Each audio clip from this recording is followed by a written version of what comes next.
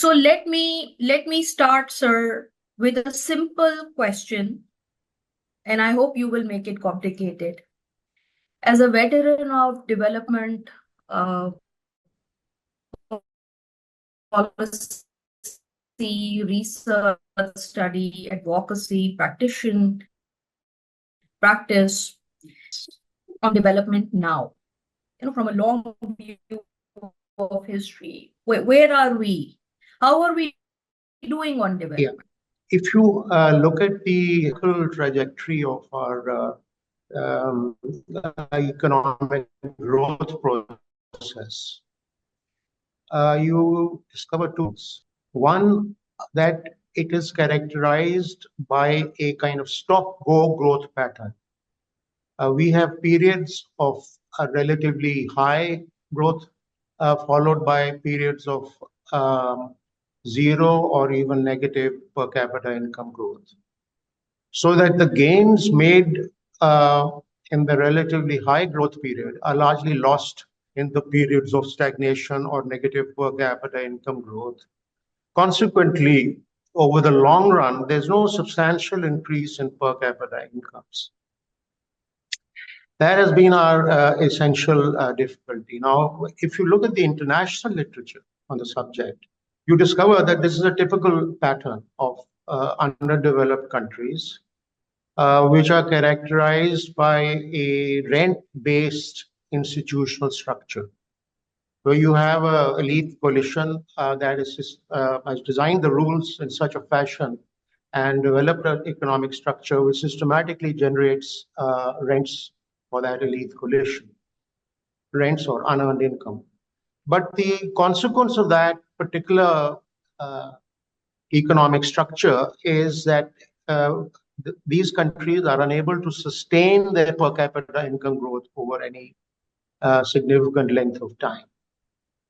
This introduces, obviously, two difficulties, which I believe are now coming to a head. The first difficulty is that the elite coalition over time wants to lead the lifestyles of Western elites. So their requirement of the amount of rent they are getting increases. And yet, precisely because of the rent-based institutional structure they have, the size of the cake is not growing enough for the aspirations of the elite. And so the consequence is that each member of the elite coalition wants a larger share of the cake. Since the cake is not growing, each member seeks a larger share of the cake to lead the kind of lifestyle it has been used to. And that brings internecine conflict within the elite coalition. There's a conflict, political conflict. They fight for turf and fight for authority. And this is what we are observing these days. And also over the last 10 years. So that's the first consequence, that you have an institutional structure that is systematically generating rents for the elite and keeping it intact, so to speak. But precisely for that reason, we are unable to sustain growth, and that introduces political instability at one level.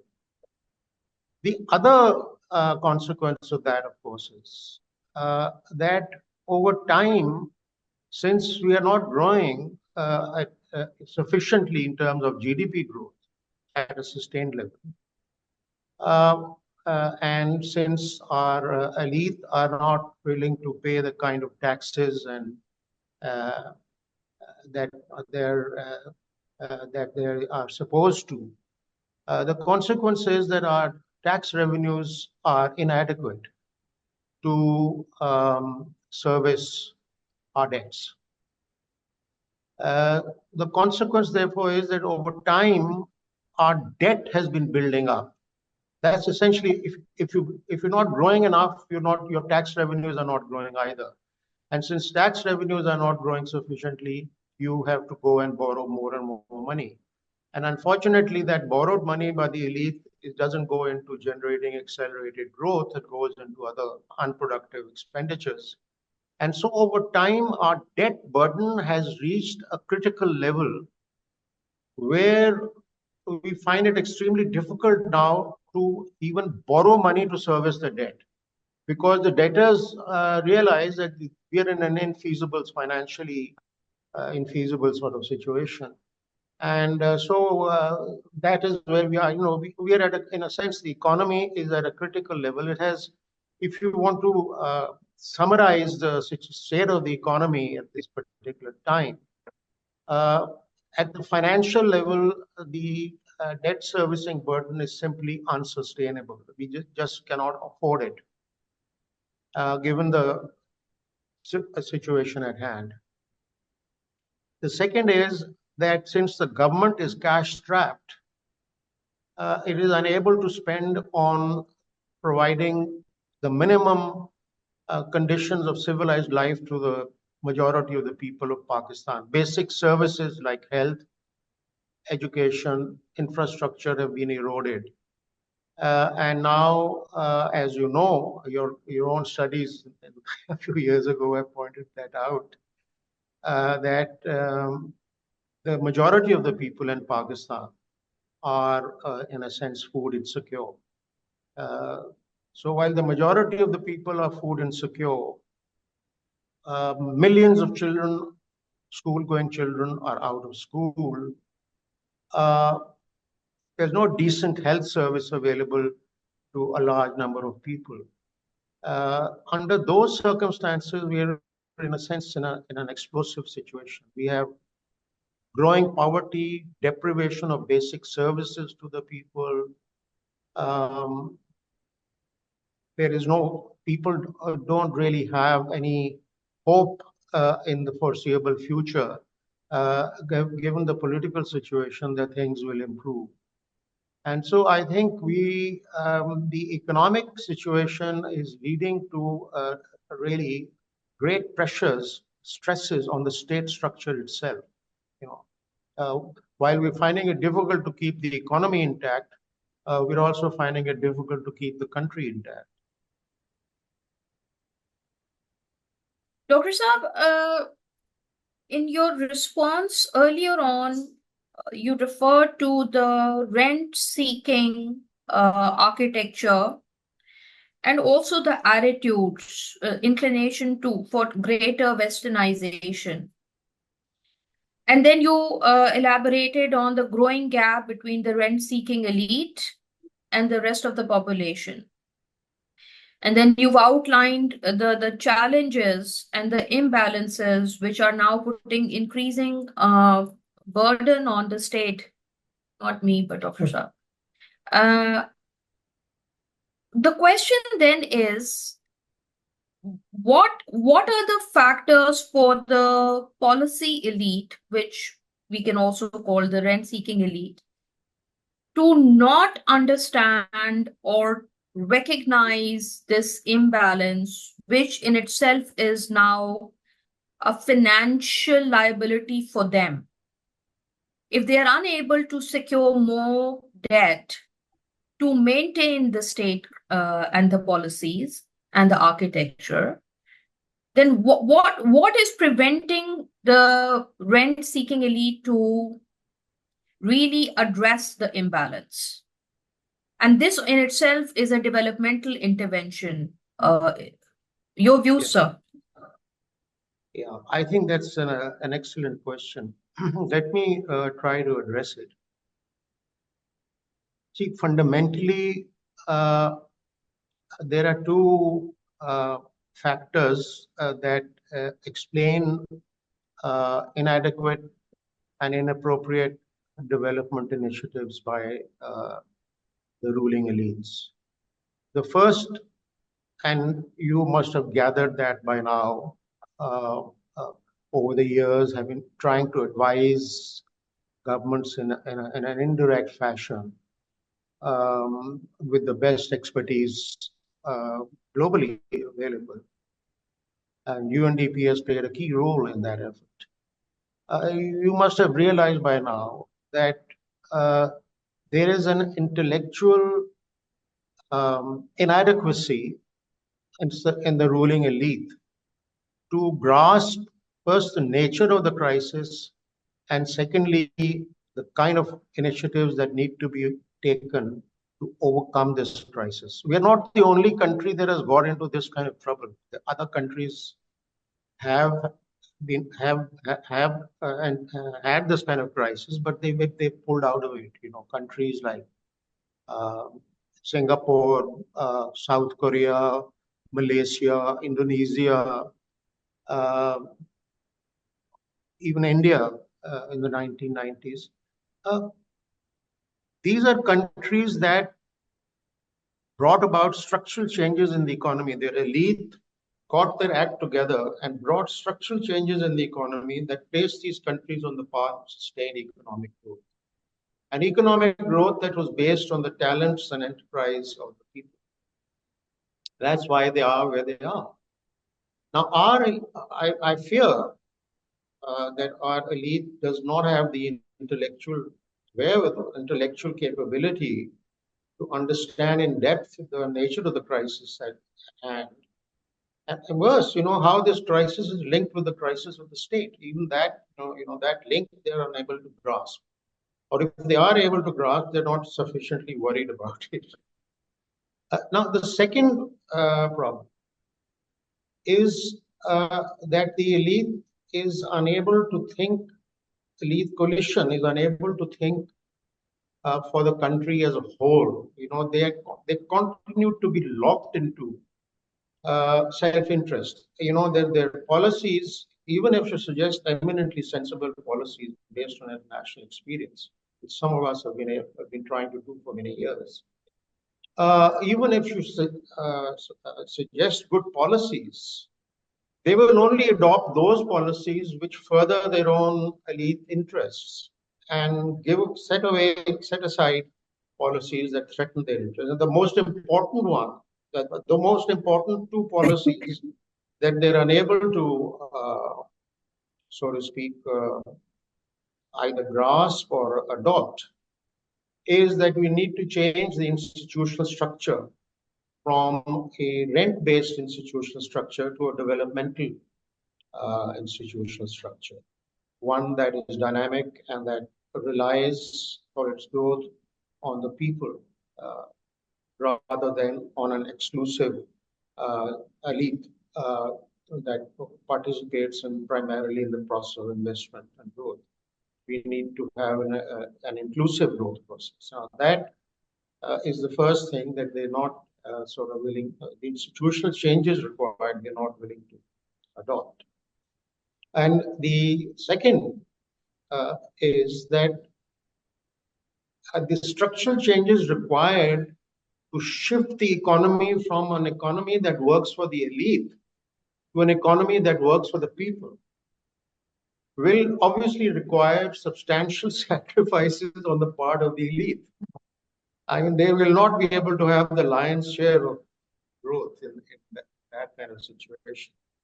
But shifting from an exclusive kind of growth process to an inclusive growth process that is based on, as I said, the talents and enterprise of the people is crucially required. Now, if you look at the international evidence, Amara, as you know, there is now overwhelming evidence over the last few years that countries which have greater equality also have higher and more sustained economic growth.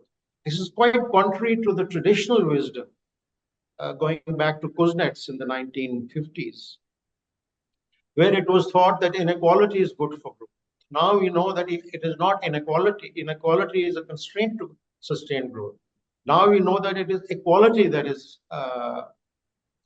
can be the basis of sustained growth. And the reason for that is very commonsensical, simple, you see.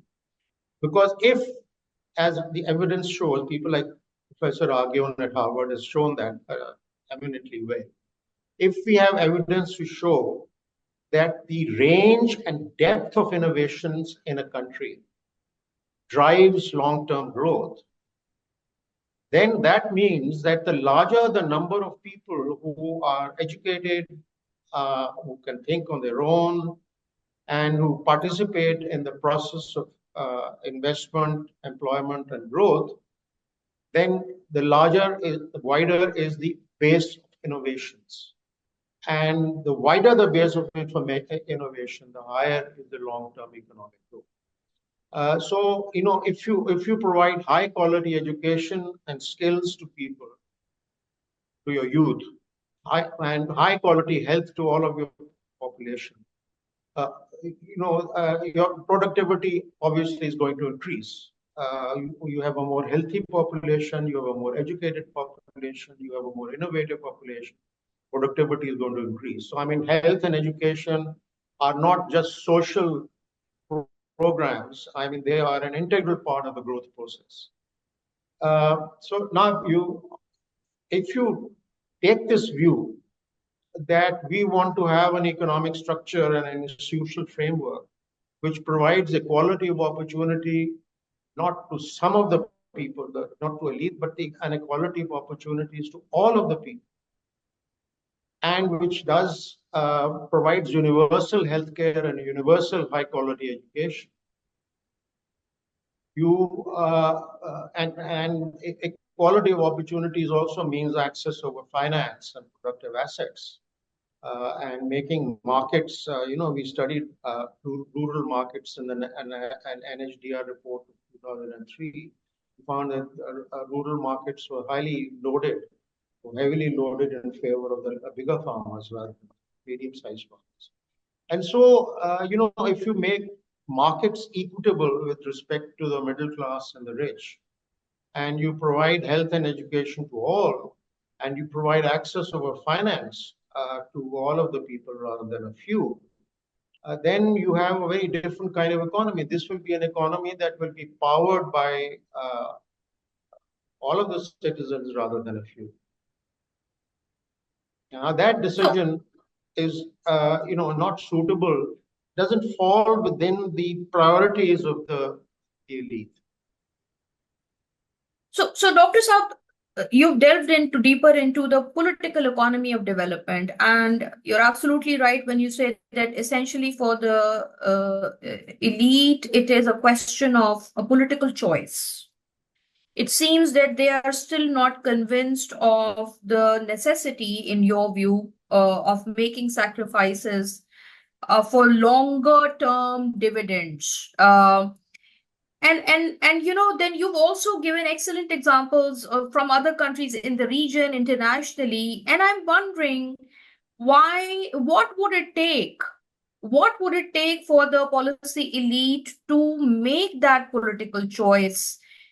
What tangible financial or economic benefits do they require to make that fundamental political choice? There've been a lot of calls in Pakistan recently for the need of a new social contract.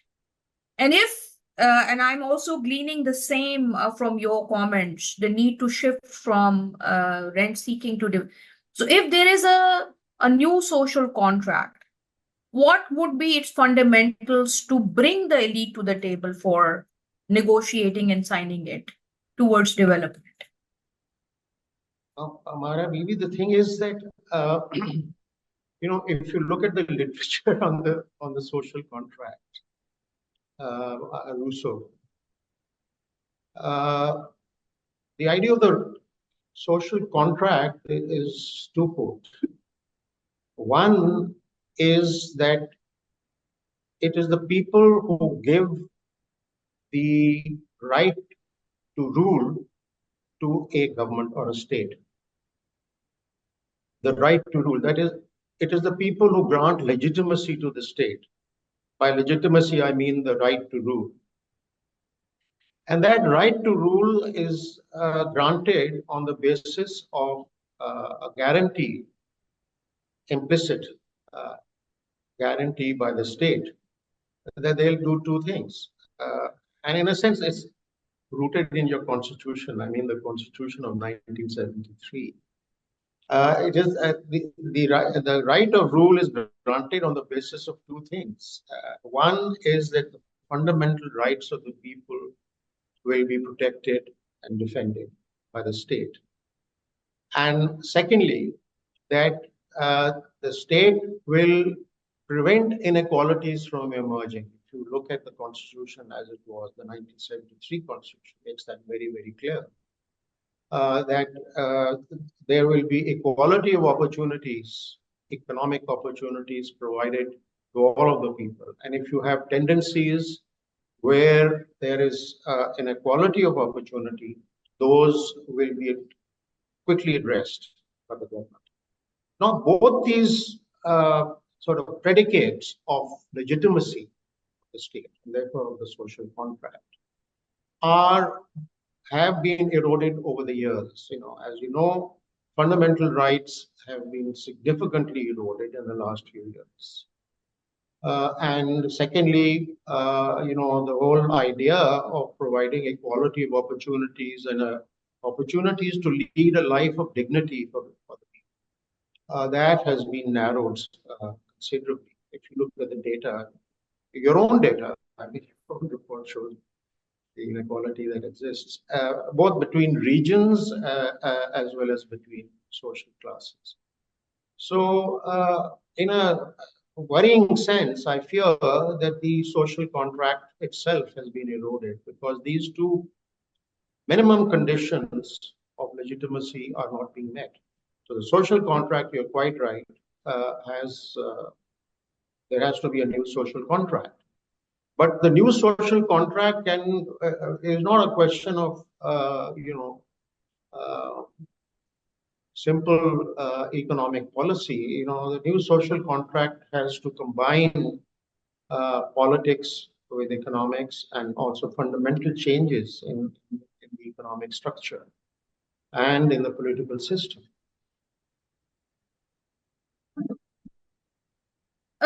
So Dr. Saab, I want to, we are conducting this interview when this 2024 is an year of elections in many countries. So Pakistan had its election. The US just concluded its historic election. Sri Lanka is prepared to have its election in the coming week. And we've seen how the situation has evolved in neighboring Sri Lanka, pretty much facing the same economic situation, entering into an IMF program. And now we are also. So looking at the US elections, looking at the regional trends, also in Europe, and with the conflict going on in the Middle East, I want to shift your thought process on development towards identity politics, and I'm curious to know your thoughts on how the rise of identity politics, and I also refer to progressive identity politics, which have become a staple of sustainable development in the last 2-3 decades. How do you think identity politics has influenced development and its directions, overall, and also if any specific thoughts on the Pakistani context?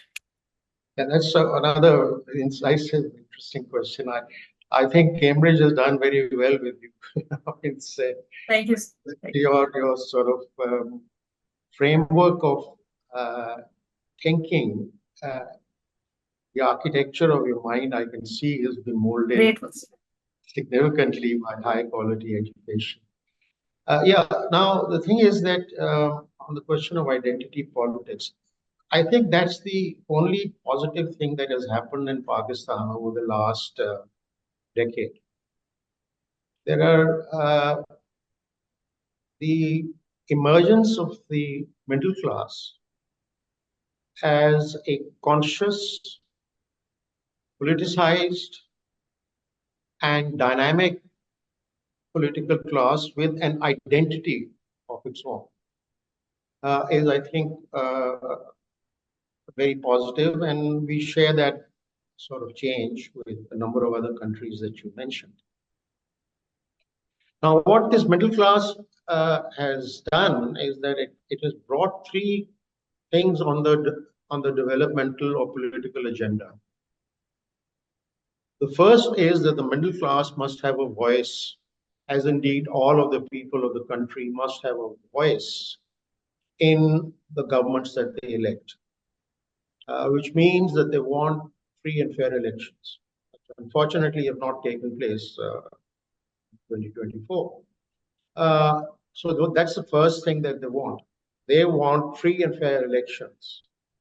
And they are confident that in a free and fair elections, the middle class and its representatives will have a significant voice and for significant participation in government. That's the first thing.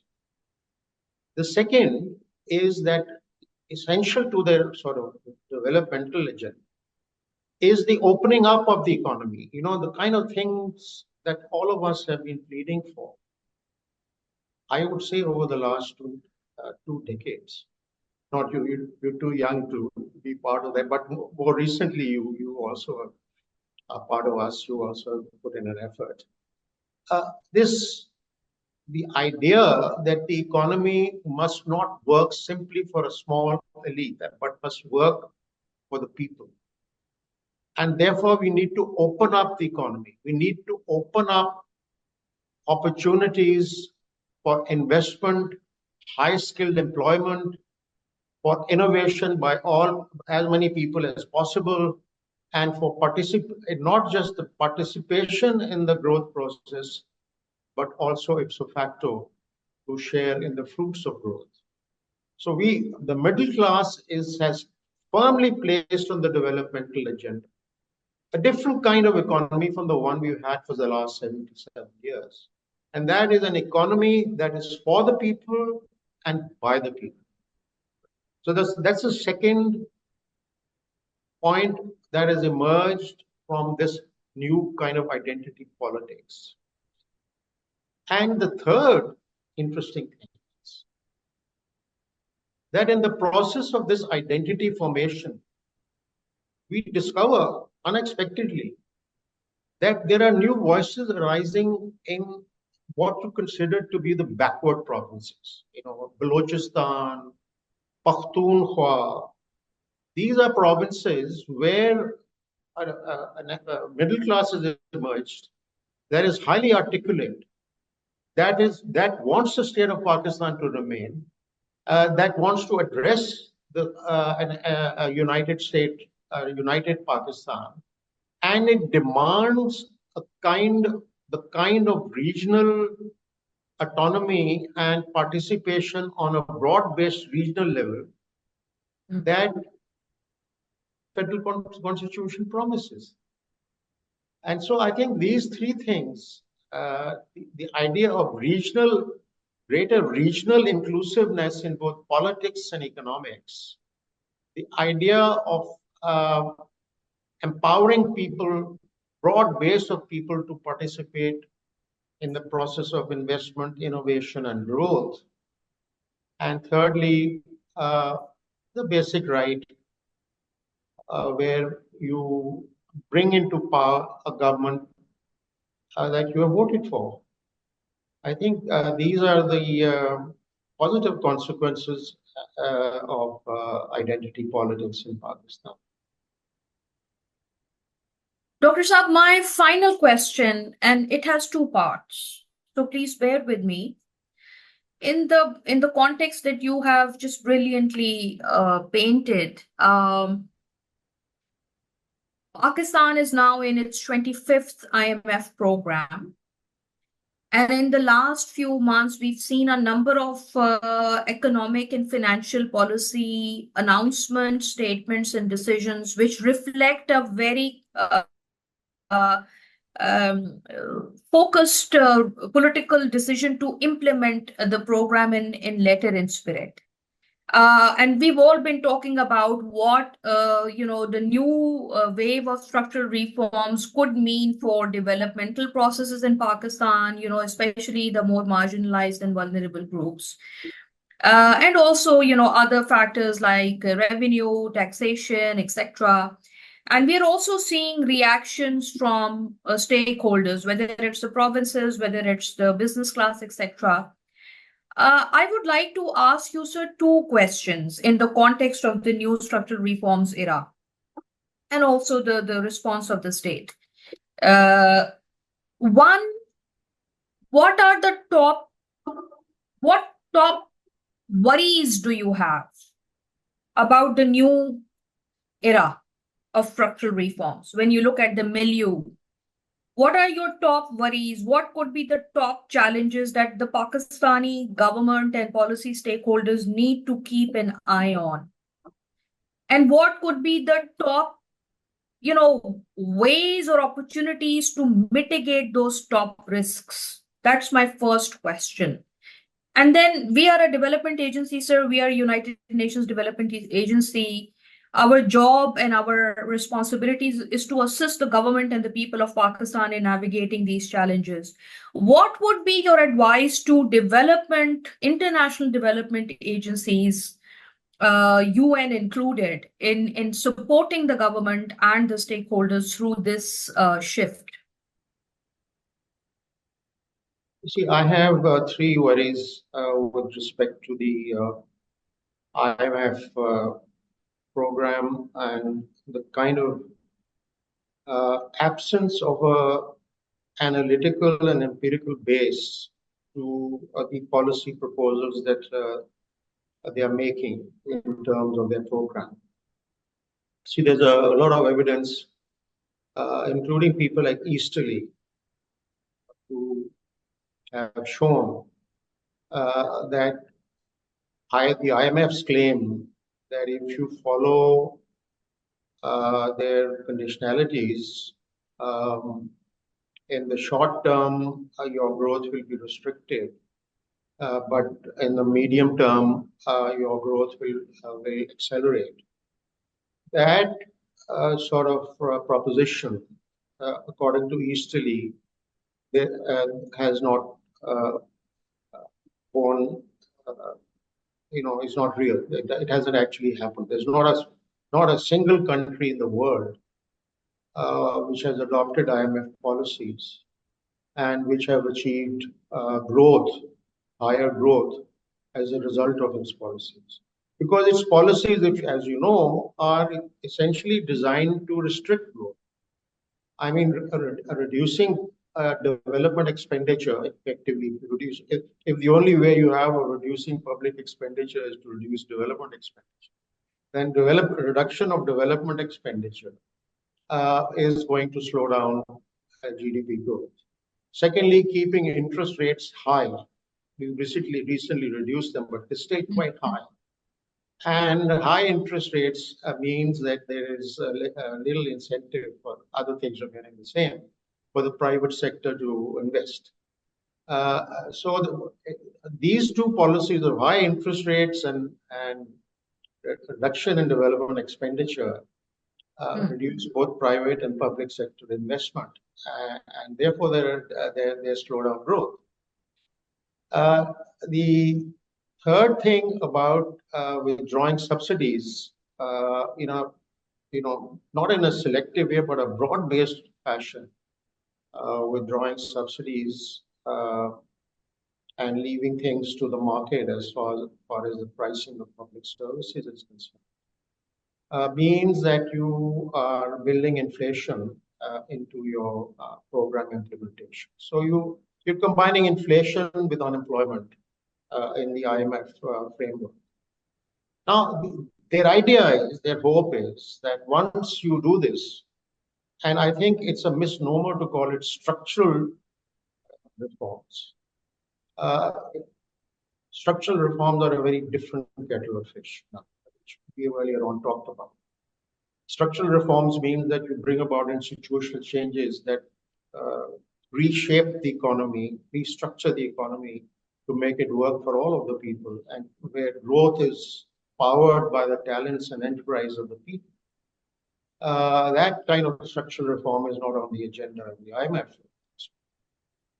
So what you end up with in the IMF thing, and there's huge international evidence to prove that empirically, that the IMF program generates neither stabilization nor growth.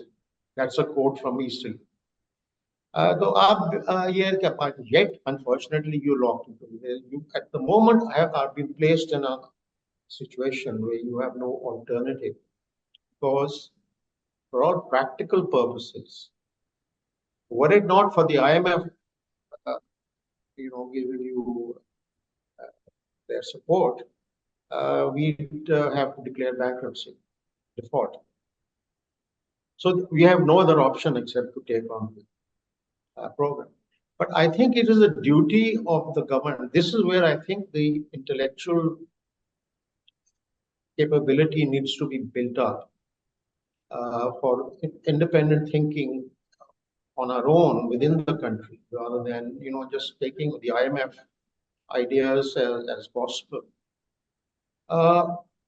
What we need to do is to, while we have no option except to go to the IMF, but build a framework of thinking for the medium and long term, developmental thinking, where we shift the economy from one that is essentially servicing debts to an economy that works for the people and works on the basis of their effort and productivity. That kind of shift is required. That is a structural change that is required in the medium and long term, and we must keep that on the agenda. But while following the IMF, adopting the program by force, we need to both negotiate better with them. You see, we need to use logic and economic analysis, better economic analysis than what they are coming up with, to try to persuade them, even if it's at the margin, to minimize their adverse impact on growth. At the same time, I'm going to suggest a radical solution. Sir, please. At the same time, what we need to do is politically organize ourselves in such a way that we start leasing highly expensive government land in some of the central urban areas of the country. You can select 3 or 4 cities, Lahore and Sialkot, Faisalabad, Karachi, Peshawar. Select few cities where the heart of the urban areas you have government land. I mean, if you are in Lahore, you go to the Gulberg area, you find all these areas where the government has built old-fashioned kind of office buildings, single-story office buildings. वो कोई काम हो नहीं रहा. So, and what you need to do is use that government land, state land, lease it out to urban developers internationally, and change your bylaws. Bylaws के 3 मंजिल से ज़्यादा नहीं हो सकता, या जिस किस्म के bylaws आप remove कर दें, उनको give lease out this land to high quality international property developers, real estate developers, and tell them they can build skyscrapers if they want. There are no bylaws on that issue. Now, what will happen as a consequence is that you have upfront a few billions of dollars upfront from this leasing effort. You can front-end load the leasing process so that you get sufficient amount of money. After total $130 billion का करीब debt है total, right? I think you will अगर इस्लामाबाद लाहौर ही ले लें तो वो $50-55 billion तो उधर से ही आपको मिले.